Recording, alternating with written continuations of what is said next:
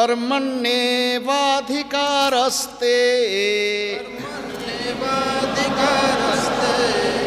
मा फलेषु कदाचन मा कर्म फल हेतुर्भूः मा ते संगस्तु कर्मणि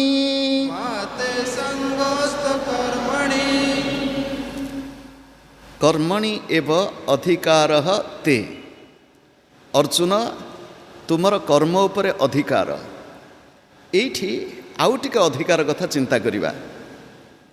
अधिकार, अधिकारी एवं अधीन। शुणन्तु, आमे अधिकार विषय आलोचना करिचे, अधिकारी विषय मध्य आलोचना करिचे। टिके अधिकार आउ टिके अनुभव करिया पय केमते शब्द शुणन्तु। शब्द होची ब्रह्म। गोटिए गोटिए शब्दर गभीरता को यदि अनुभव करिवा सेठी महाशक्तिंकर महिमामयी लीला अनुभव करि परिबा। ए अधिकार शब्दटी एते अपूर्व। अधिकार शब्दर गोटे अर्थ शुणन्तु। मोर आपणक उपरे अधिकार अछि। मोर आपणक उपरे अधिकार अछि अर्थात आपण मोर अधीन। जहा उपरे जहार अधिकार थाए से तांकर अधीन। आमे जदि आमर निजर अधिकार को अन्य उपरे समर्पी देलु अर्थात आमे तांकर अधीन हेलु। बुझि नियंतु अर्जुन, ए संसार रे तुमे कहार अधीन? कहा उपरे तुमर अधिकार अछि बा कहार तुम उपरे अधिकार अछि? चिंता करंतु। ए संसार प्रकृति एवं पुरुषंकर लीला। हे अर्जुन, प्रकृति उपरे तुमर अधिकार अछि ना प्रकृतिर तुम उपरे अधिकार? अर्जुन, ए जीवन प्रत्येक व्यक्तिर जीवन होछि मनर खेल। अर्जुन, मनर तुम उपरे अधिकार ना तुमर मन उपरे अधिकार? अर्जुन, कर्म कर्म बोली कही हेलु, ए कर्म उपरे तुमर अधिकार ना कर्मर तुम उपरे अधिकार? कहार कहा उपरे अधिकार साब्यस्त होइछि? चिंता करंतु। साधारण मनीष तार मन उपरे अधिकार अछि ना मनर ता उपरे अधिकार अछि? कहंतु।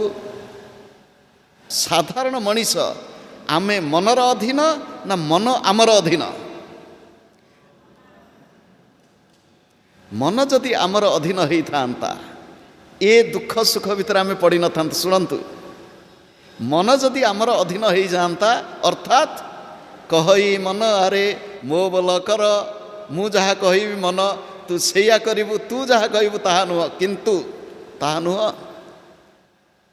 आमे मनर अधीन हो गलु, आमे प्रकृतिर अधीन हो गलु, आमे कर्मर अधीन हो गलु। अर्जुन, ए होची बद्ध मनीषर लक्षण। मुक्त पुरुष होगा चाहूँ, मुक्तिर स्वाद आस्वादन करने को चाहूँ, ताहेले कर्म उपरे तोर अधिकार, मन उपरे तोर अधिकार, प्रकृति उपरे तोर अधिकार। ए अधिकार किए साब्यस्त करि परिबो? शुणन्तु, किए अधिकार साब्यस्त करि परिबो? जहाँ भीतर से शक्ति थिबो से अधिकार करि परिबो जे मोर मन उपरे मोर अधिकार अछि। ए अधिकार साब्यस्त करने को हेले पूर्वर आलोचना करिछु।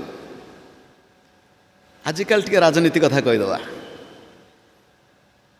आमको भोट दबार अधिकार दिखाई। आमे कुआडे अधिकारी, आमको भोट दानर अधिकार दिखाई। किंतु थरे भोट देदेला परे आमे तांको अधीन हो गलु। बुझी गणतंत्र। से आधुनिक चिंताशील व्यक्ति कहले आमर जमती अच्छी राइट टू इलेक्ट, निर्वाचन करिवार अधिकार आमर अच्छी, आमर मध्य अधिकार रहिबा उचित राइट टू रिजेक्ट। शुणन्तु, राइट टू रिजेक्ट अर्थात भोट दबार जो अधिकार मो भितर अच्छी ନିର୍ବାଚନ କରିବାର ଆପଣମାନଙ୍କ ମଧ୍ୟରୁ ଯଦି କେହି ଯୋଗ୍ୟ ନଥିବେ କହିବି ନନ୍ ଅଫ୍ ଦି ଏବଭ୍। ଏମାନେ କେହି ବୁଝିହେଉଛି ନା ନାହିଁ? ରାଇଟ୍ ଟୁ ରିଜେକ୍ଟ ଅର୍ଥାତ୍ ରଦ୍ଦ କରିବାର ଅଧିକାର ଅଛି, ଏମାନଙ୍କ ଯୋଗ୍ୟତା ନାହିଁ। କେବଳ ସେତିକି ନୁହଁ, ଆଧୁନିକ ସ୍ୱାଧୀନ ସମାଜରେ, ସଭ୍ୟ ସମାଜରେ ସେତିକି ନୁହଁ, ରାଇଟ୍ ଟୁ ରିକଲ୍ ଅର୍ଥାତ୍ ପ୍ରତ୍ୟାହାର କରିବାକୁ। ଆମେ ଥରେ ନିର୍ବାଚିତ କରିଛୁ ଆପଣଙ୍କୁ, କିନ୍ତୁ ଆମେ ଦେଖିଲୁ ବର୍ତ୍ତମାନ ଆପଣଙ୍କର ଯୋଗ୍ୟତା ନାହିଁ, ଆପଣଙ୍କୁ ପ୍ରତ୍ୟାହୃତ କରିବାର କ୍ଷମତା ମଧ୍ୟ। କହିବାର ଅର୍ଥ ହେଉଛି ଭଗବାନ ଯେତେବେଳେ କହୁଛନ୍ତି କର୍ମଣି ଏବ ଅଧିକାର ତେ, ଅର୍ଥାତ୍ ଅର୍ଜୁନ ତୁ ସ୍ୱତନ୍ତ୍ର, ତୁ ପରତନ୍ତ୍ର ନୁହଁ। ଆତ୍ମା ସ୍ୱତନ୍ତ୍ର, ପରତନ୍ତ୍ର ନୁହଁ।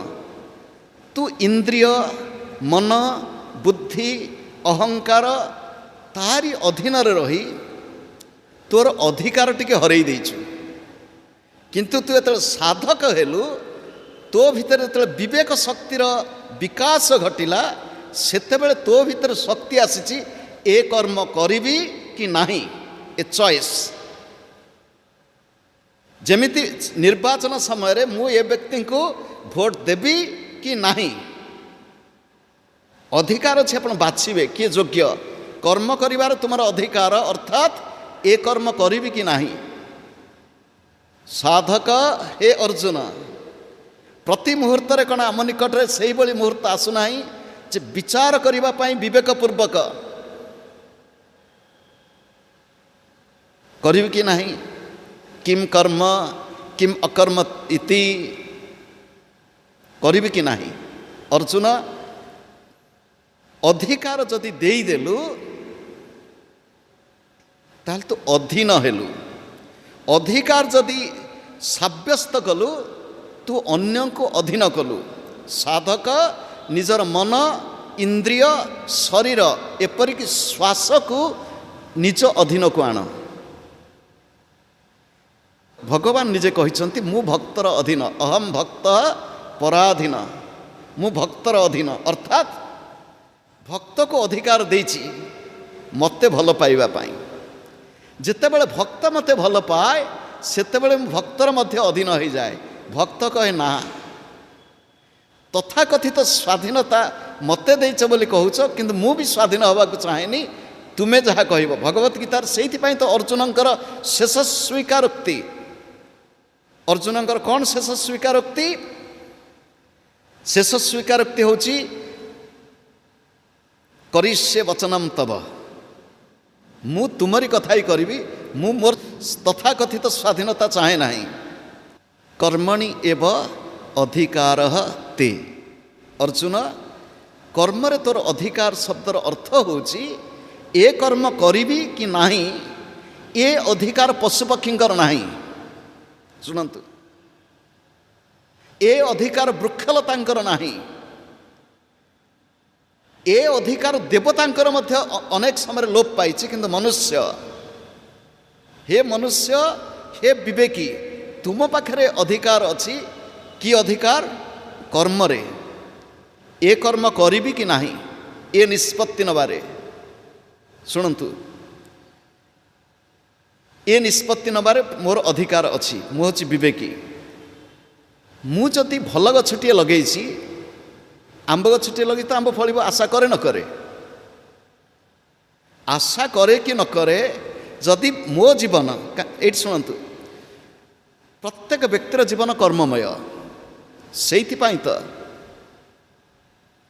ମାନବ ଜୀବନ ନୁହଁ କେବଳ ବର୍ଷ ମାସ ଦିନ ଦଣ୍ଡ, କର୍ମେ ଯିଏ ନର, କର୍ମ ଏକାତାର ଜୀବନର ମାନଦଣ୍ଡ।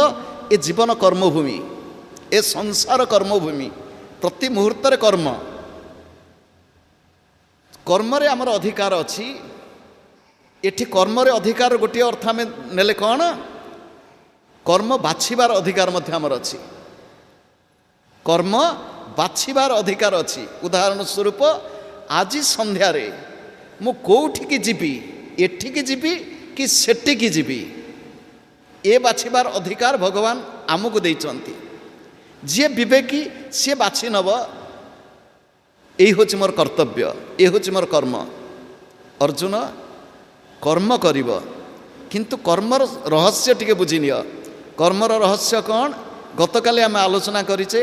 कर्मर रहस्य प्रथमे आस्तिक्यवाद, ईश्वरंकर अस्तित्व रे विश्वास, ईश्वरंकर अस्तित्व रे विश्वास, भगवान अछंती।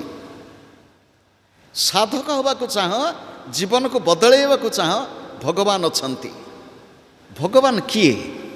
लोक प्रश्न पचारती। शुणु, भगवान किए? भगवान कोठी अछंती?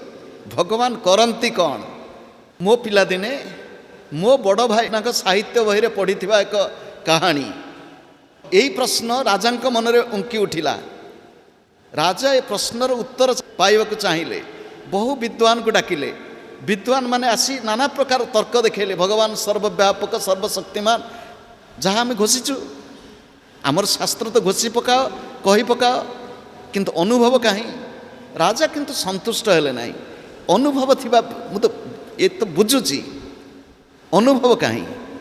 गोटे गौड़ पिलाटे थिला, गाईआल पिला, गौड़ पिला, गाईआल पिला। शुणु, जे गो सेवा करिवो तार बुद्धि बढ़िवो।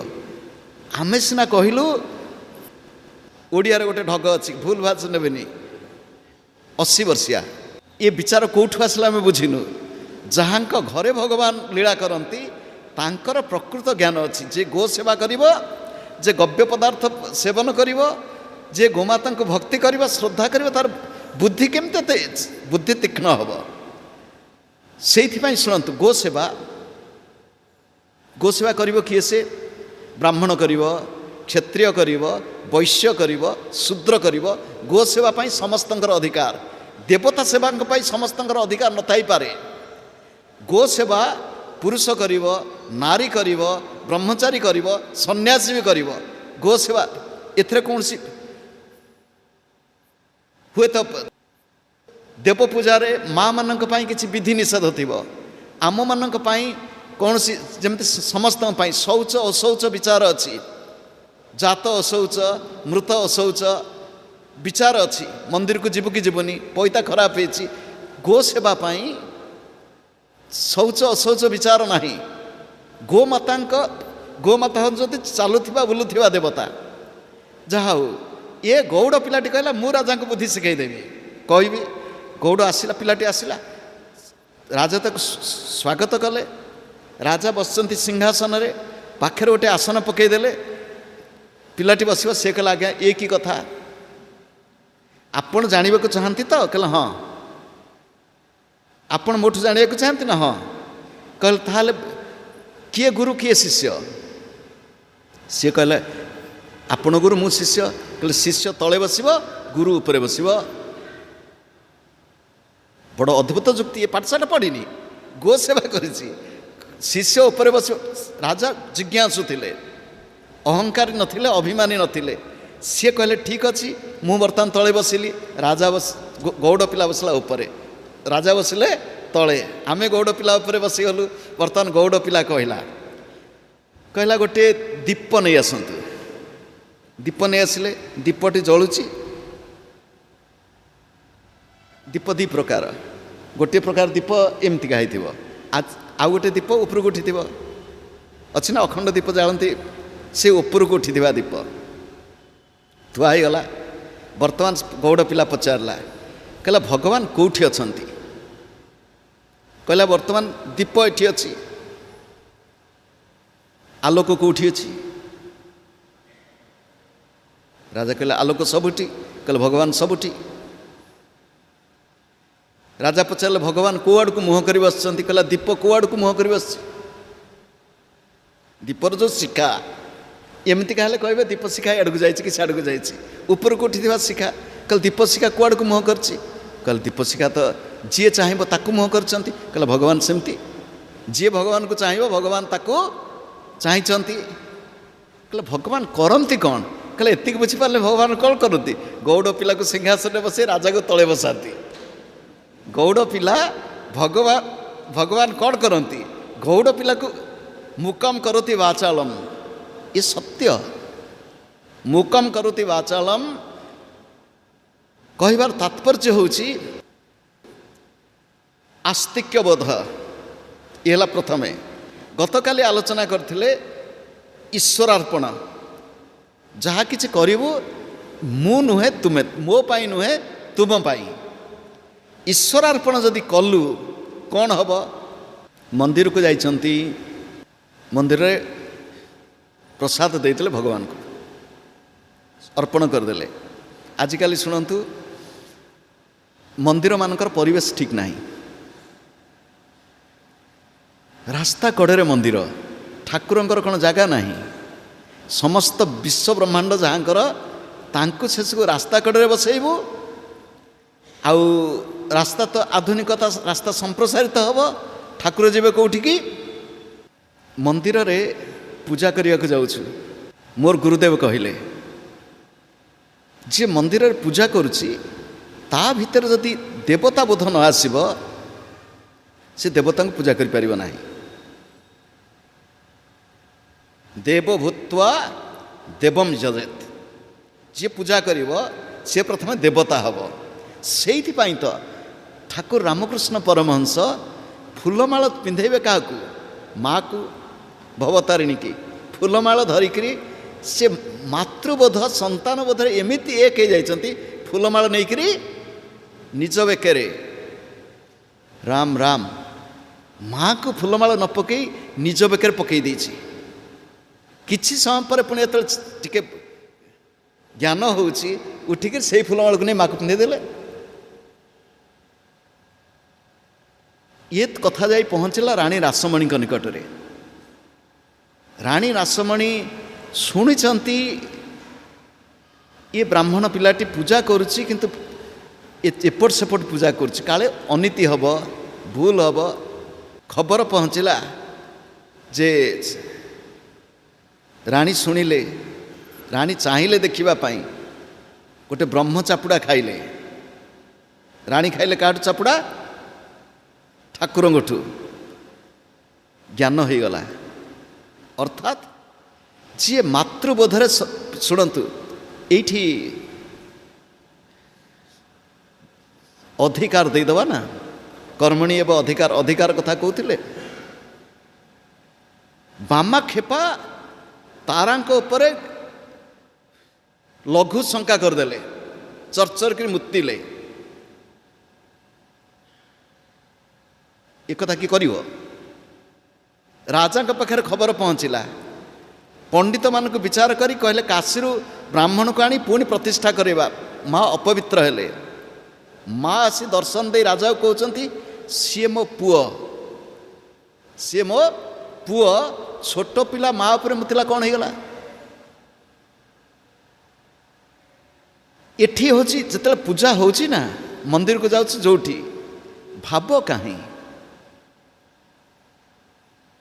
भाव अच्छी सबुठ तो अभाव। आम मन भितर भरी रही अभाव।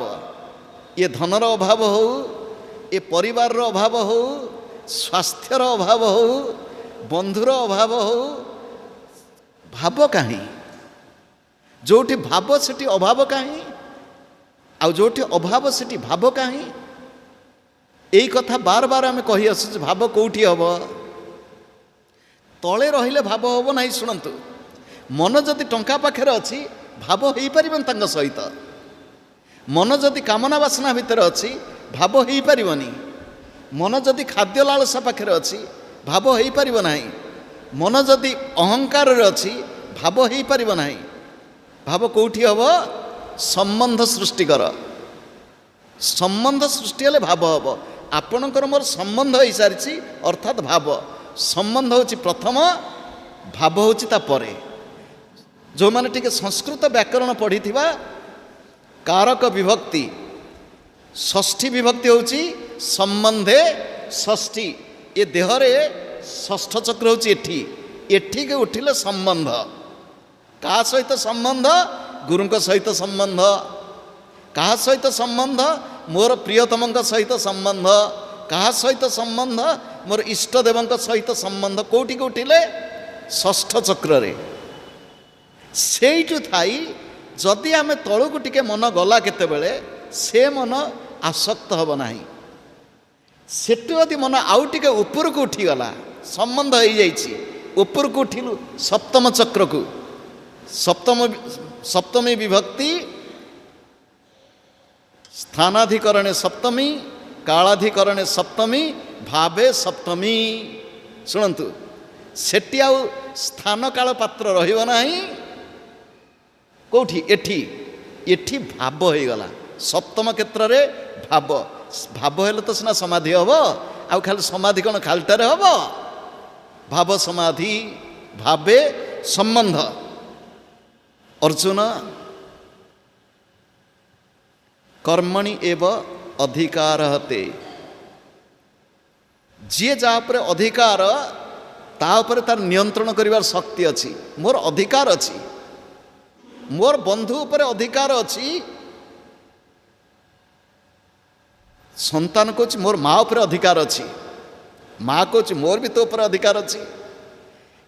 ଏଠି ପରସ୍ପର ଯେତେବେଳେ ଏକାଠି ହେଇଗଲେ, ମା କୋଳରେ ଶିଶୁ, ଶୁଣନ୍ତୁ, ସେଇ ହେଉଛି ବ୍ରାହ୍ମଣ। ସେଇ ହେଉଛି ବ୍ରାହ୍ମଣ ଯାହା ଭିତରେ ସେ ଅନୁଭୂତି ଆସୁଛି ମାତୃ ଅଙ୍କସ୍ଥ ଶିଶୁ, ନିରଭିମାନୀ, ନିରହଙ୍କାର ଭାବରେ ହୃଦୟ ବିଗଳିତ। ସେଟିଏ ମନ୍ତ୍ର ନାହିଁ, ମୁହଁରୁ ଉଚ୍ଚାରଣ ହେଉଥିବା ମନ୍ତ୍ର ନୁହଁ, ତାର ପ୍ରତି କଥା ହିଁ ମନ୍ତ୍ର, ତାର ପ୍ରତି ଦୃଷ୍ଟିରେ ହିଁ ମାତୃପ୍ରେମ ହିଁ ବିଗଳିତ। ସେଇ ହେଉଛି ବ୍ରାହ୍ମଣ।